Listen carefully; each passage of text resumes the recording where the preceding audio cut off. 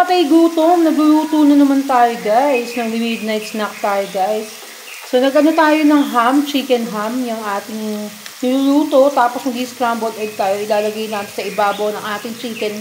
Ng ating scrambled egg yung chicken ham.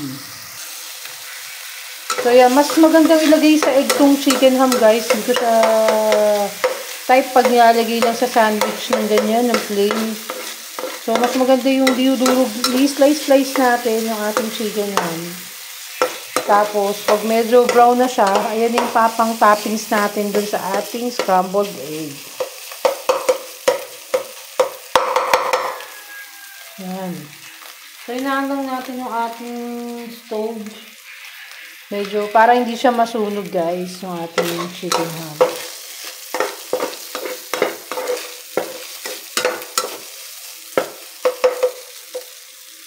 So, medyo i-brown lang natin siya ng buong delicious. Brown natin siya. Tapos mamaya, babatiin na natin yung itlog. I-prepare na natin yung itlog.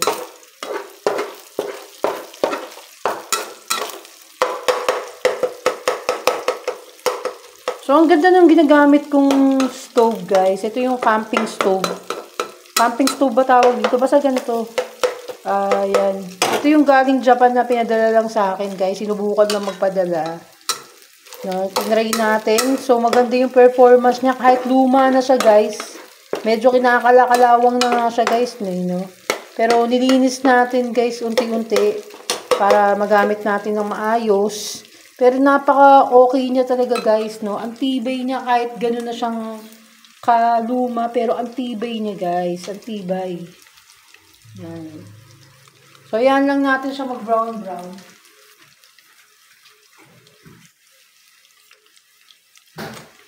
Salagyan natin ng salt yung ating itlog. Para pagkatapos nyan mag-brown, okay na siya. At itatapping sa natin. Sa ating,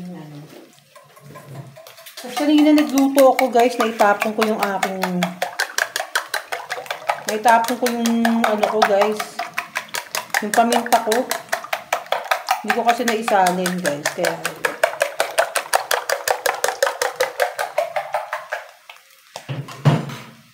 so, yan. Pa-browning lang natin siya.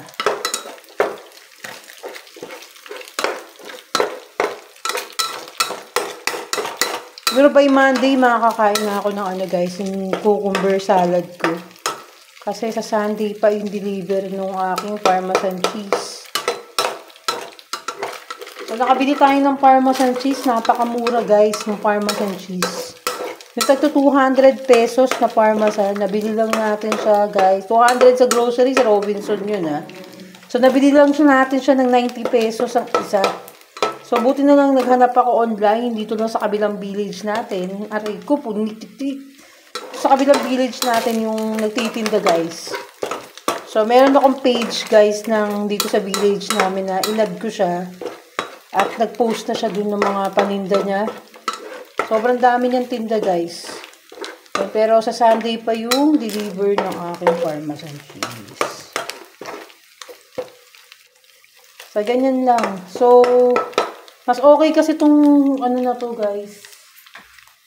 Yung natin.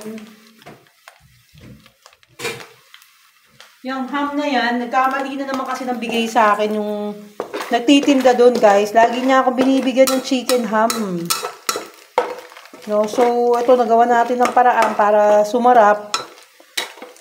No, inano na lang natin, guys. Pinrito na lang natin. Kasi hindi siya masarap, guys, ng yung ganyan ng lupagaluto, yung medyo durug na lang.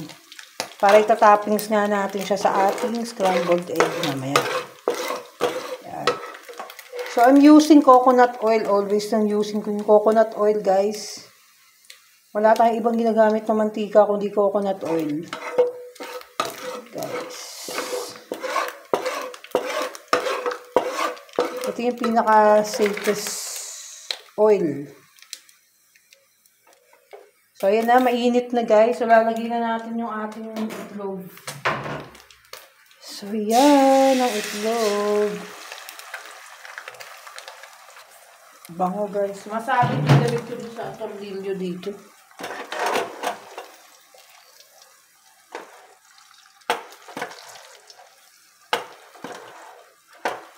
Yan. So, nilayo ko yung cellphone doon sa ating stove guys kasi delicate. So, delicate guys. So, nilayo ko.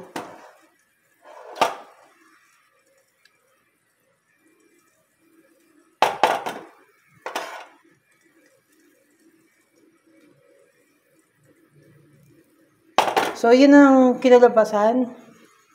So, ganyan. So, itatappings na natin yung ating ito na. Tinappings na natin yung ating ham. No? Sayang wala tayong parmesan cheese kasi nilalagyan ko ng parmesan cheese yan, guys. Naglalagay ako ng parmesan cheese yan sa ibabaw. Yan. Yan na. Sarap, diba? So, yun na guys, ang ating masarap na ano. So, papatay ko na yung ating stove, guys. O, diba? Yan na yun, guys. Ang sarap nito.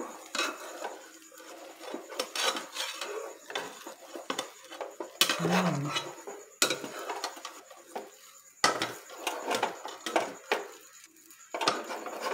Yun. Tapos may masasaling ko na sa plato natin, guys. Mali, tinapay, nilip mo na ba? Wala pa. Wala pa rin tinapay, guys, no? Nakaluto na ako lahat. So, wala pa rin tayong tinapay. So, kung kailangan nyo ng patamaran tao, guys, isa lang ang kukontakin nyo.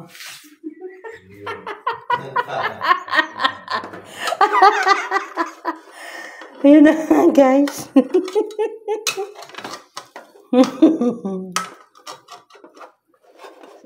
Ay. So, yan. Binuka-buka ko lang, guys. Para lagay na natin doon sa plate. Sana umano. So, tinatasa natin. So, ilipat ko muna dito yung ating Pyrex. Dyan. So, kinaganda natin sa Pyrex natin, pwede natin ilagay doon sa ano, diba? Okay. So, ganyan na lang, guys. Yan! Buo ko pa rin pala siya nailapag.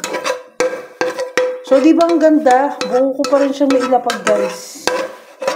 Doon sa plate natin. So, yan. Ang sarap niyan. Grabe. So, pwede na rin ano yan, guys. Pwede pa rin yan. Ang ganda, di ba? Bongga. So, antayin na lang natin yung tinapay.